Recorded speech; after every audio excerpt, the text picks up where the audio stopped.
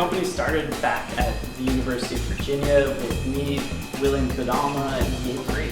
We were originally working on something that was a VR exoskeleton that would allow you to feel physical interaction in a virtual environment.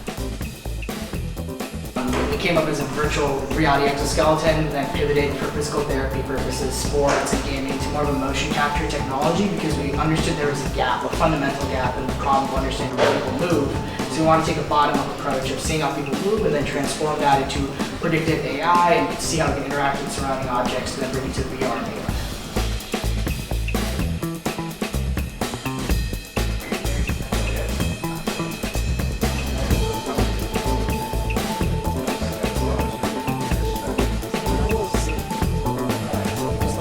Periodically checks every 10 seconds to make sure it's good. It's not fast, but back to straight. That's the main issue. You can have an automated process. But have to be able to know if you're going to like stand up though. It's actually It's actually been So there's True. there is a nuance. There is easy ones. So the button